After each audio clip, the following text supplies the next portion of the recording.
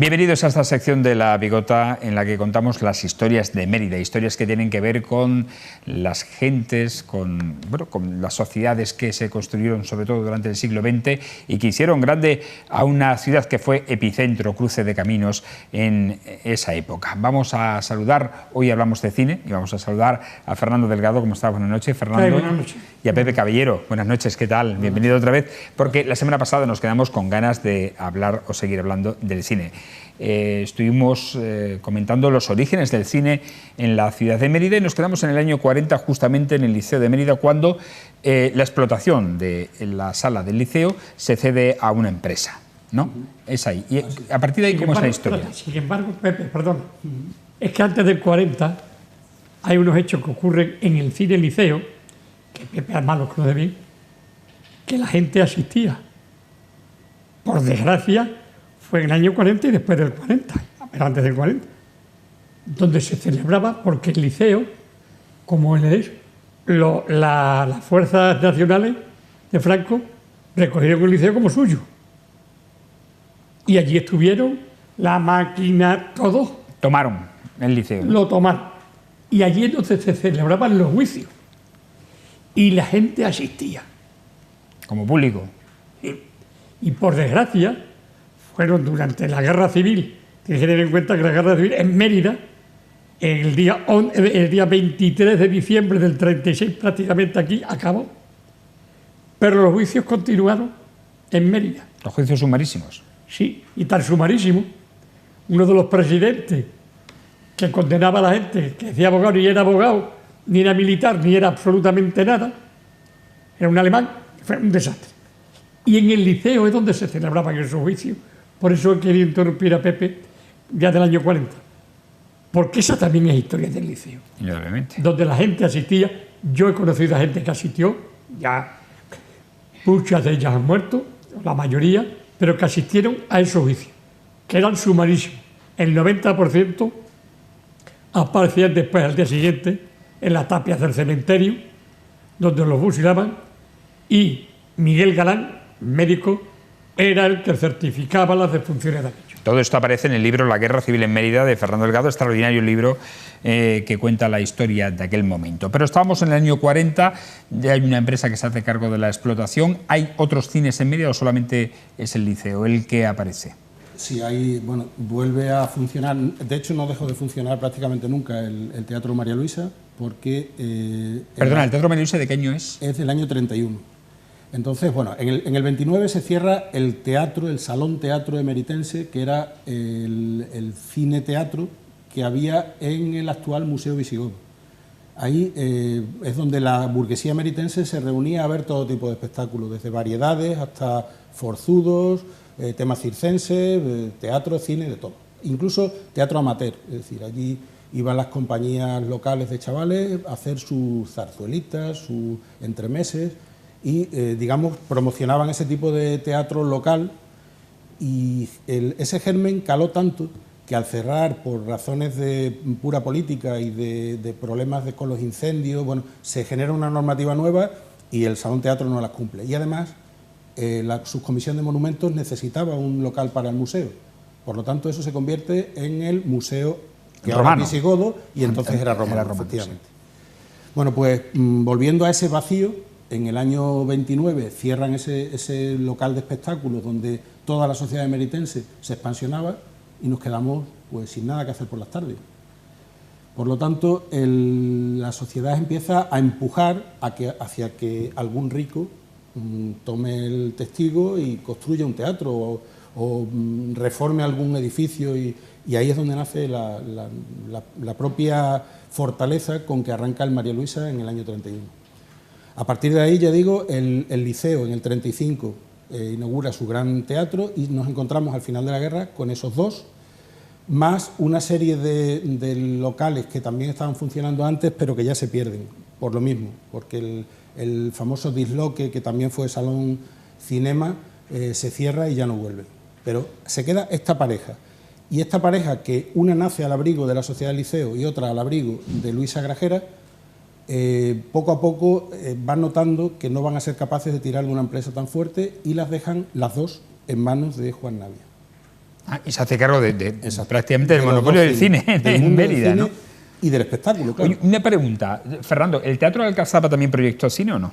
Sí. El teatro de Alcazaba siempre, además, era el mejor en el sentido de la construcción que se hizo. Las butacas eran comodísimas. Y recuerdo,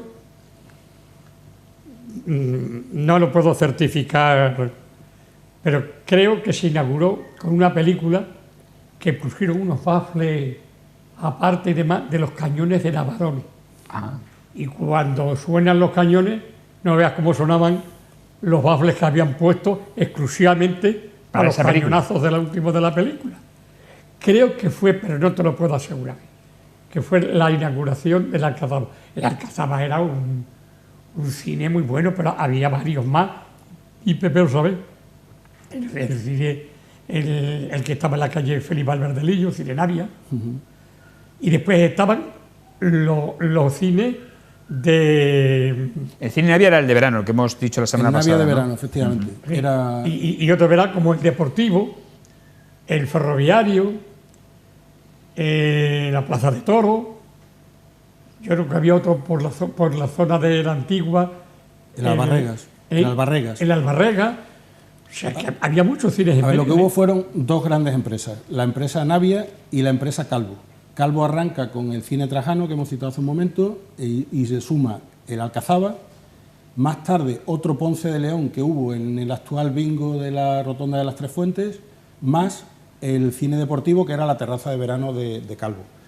Y por el otro lado, la empresa Navia, que tenía María Luisa, Liceo, Navia de verano y Plaza de Toros. ¿Y hay una época en la que conviven todos? Sí, sí. Estamos hablando de seis Llegó a haber cines. 9 salas simultáneamente hacia 1970.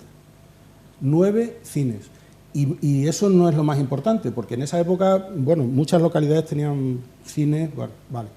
Pero es que en los años 20 es donde destaca realmente. Mérida llega a tener 5 o 6 cines, cuando en España había unos 1.800. O sea, estamos hablando de una ciudad que estaba volcada con el cine. Y de hecho, cuando comienza el empuje del María Luisa, lo que es seguro es que el María Luisa iba a triunfar económicamente. O sea, no había ninguna duda por la cantidad de pases que se llenaban en los diversos cines de verano y estables que había en la ciudad. ¿Cuál fue, en tu opinión, la época dorada del cine en Mérida? Has citado dos épocas distintas. Sí, bueno, la parte esta de la Belle Époque era muy bonita porque, bueno, había círculos, había salas profesionales y luego, digamos que, pues eso, terracitas, pequeñas fortalezas colocadas en locales que eran poco menos que eso, que cines de verano precarios. Pero la época dorada del cine, que coincide con una época oscura en cuanto a oferta cultural, que ya la citaba Fernando, son sin duda los años 40. O sea, es que había muy poco más que hacer. Sin embargo, cuando el emeritense y el español, el ciudadano medio español, empieza a contar con la posibilidad de coger una Vespa o un coche e irse a merendar al pueblo de al lado o al chalet de la Charca, pues eso supone el declive definitivo, junto con la televisión, de los cines multitudinarios, esto de 60, de 600 o 900 plazas. Ahí el cine grande se acaba, los dinosaurios del cine mueren y empezamos a tirar hacia salas pequeñas o a multicines. ¿Y el declive del cine cuando llega en Mérida, digo, el fin del María Luisa, cuando coinciden, que sí, supongo que con la etapa del vídeo, etcétera, ¿no? Efectivamente. Los años 80, ¿no? Primero, no, incluso antes, incluso con lo de los coches y todo esto, el Liceo cierra ya el 5 de mayo de 1974 y eso ya supone el primer aldabonazo y a partir de ahí van cayendo todos en fila hasta los 80 y tantos que cae también el María Luisa. Bueno. Y en esa, hay que recordar, que lo recordaba antes Pepe, es que en el Ponce de León, que estuvo desde el año 1850 y algo, hasta 1929, y allí había zarzuela, había opereta, y eran los grupos que decía Pepe, la histórico-artístico, había varios grupos emeritenses haciendo allí teatro. Y había prensa de aquella época, entre ellos, por ejemplo, Gil Blas, que lo comentaba. Y hay periódicos en los que los enfrentamientos entre los directores y los actores y actrices de aquella época. O sea, que se reñía por la cultura, Dios mío. La diferencia que hay entonces ahora. Y hubo incluso una pelea, uno de los personajes más carismáticos de Mérida, que era don Juan Sausol, que era el abuelo de Alberto Liar Sausol, tío riquísimo, vivía en la Plaza de España, con, no me acuerdo, Pepe, tenía una imprenta. Sí, Francisco Corchero Ramas. Francisco, que de mejor memoria que yo. Presidente del Liceo también. Y uno criticó a otro. Y en el círculo meritense estaban los dos discutiendo y Sausol era de eso... Echa para adelante. Un echado para adelante. Y el otro no se quedaba para Francisco Corchero. Y le dijo uno al otro, vámonos fuera. Y se fueron fuera del casino. Y se pusieron a darse bofetadas. Y que lo sujetó fue el alcalde, Antonio Pacheco, que era el alcalde de Mérida, y los pudo sujetar. Eso aparece en la prensa. Por eso lo recordé, o sea, que es auténtico, aparece en la prensa. Y a mí lo que me entusiasma es que se puede dar una bofetada, pero por la cultura.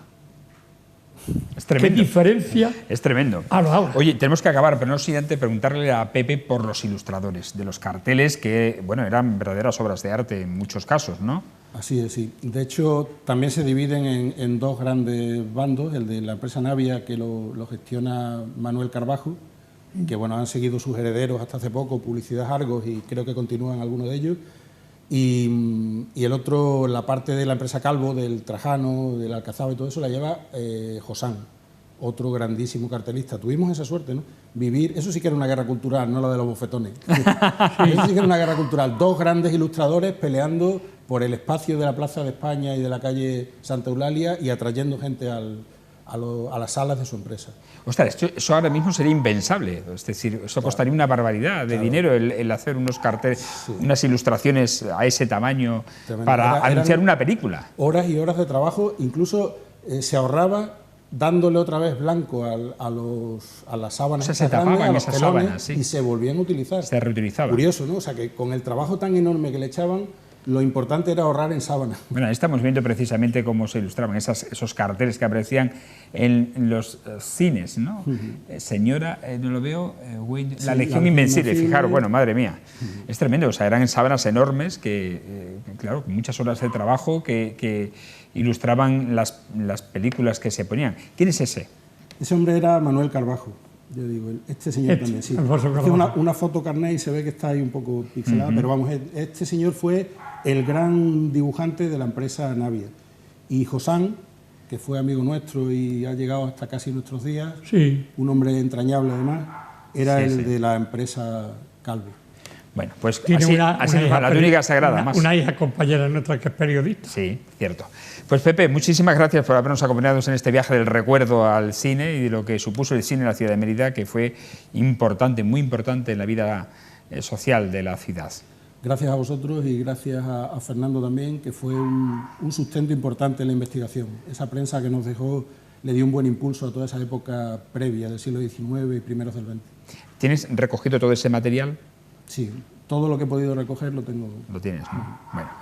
Bueno, muchas gracias, Pepe. Gracias a vosotros. Y te alentamos a que sigas investigando en este sentido. Fernando, nos vemos la semana que viene. Hasta la semana que viene. La verdad es que traer personajes como Pepe Caballero es un lujo, porque no solamente nos ilustra de muchas cosas, sino que además es un investigador que ya ha escrito varios libros, y de algunos de ellos lo tendremos que traer aquí, por ejemplo, de Maximiliano Macías, que se ha tirado años para poder recuperar muchas cosas, y ahora tiene uno que está haciéndolo, que yo voy a dar la primicia, que es sobre las fotografías antiguas de Mérida. Y eso sí que va a ser un lujazo, porque de Mérida, yo tengo la dicha de que, por ejemplo, el Teatro Romano de Mérida, quien lo escrituró fue mi abuelo, José María, en el año 1910 o 15. 10, seguramente, 9, 10. Sí. 10, en el 1910, porque era de los Pacheco. Y entonces se lo expropiaron y que hizo las propias, que tal la escritura fue mi abuelo. Pues hablaremos de ello indudablemente. Gracias, Fernando, y a ustedes agradecerles como siempre su atención. Continuamos aquí en La Picota.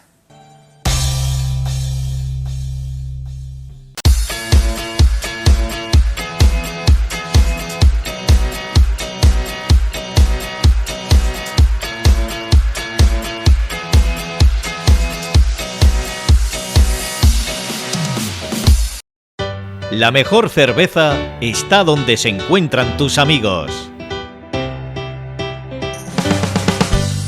Ven a Cervecería Baltasar y disfruta los mejores momentos. Disponemos de desayunos y una amplia carta de raciones variadas. Cervecería Baltasar, desde 1977, pero bajo nueva dirección. Disfruta tus momentos.